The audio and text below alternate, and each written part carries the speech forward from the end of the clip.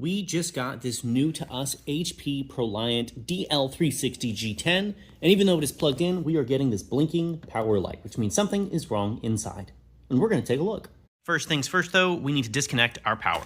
And for good measure, we're going to hold the power button to drain any residual charge. Now it's time to remove this back panel and find out what's wrong inside. We are going to undo this latch right here, pulling up and lifting the entire panel out of place.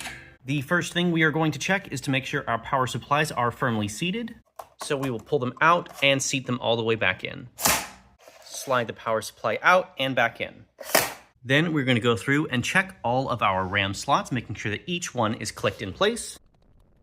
All right, all of our RAM slots are in place. Then we're going to check our CPU sockets themselves, just to make sure that everything is doing what it should. To remove these screws, you're going to use a T30 bit, which I have right here, and a screwdriver. Once those screws have been loosened, you can lift the entire assembly slowly up and out of place.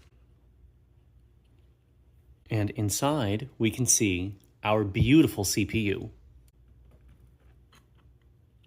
And I'm about to do something you should absolutely never ever do unless you are absolutely certain about your tools and what their output is.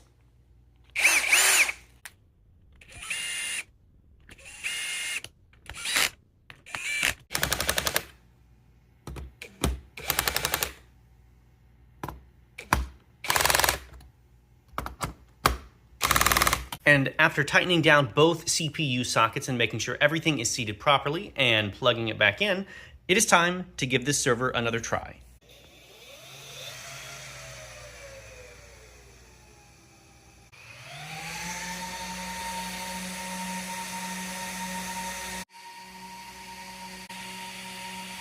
And there are only a few issues detected with the memory.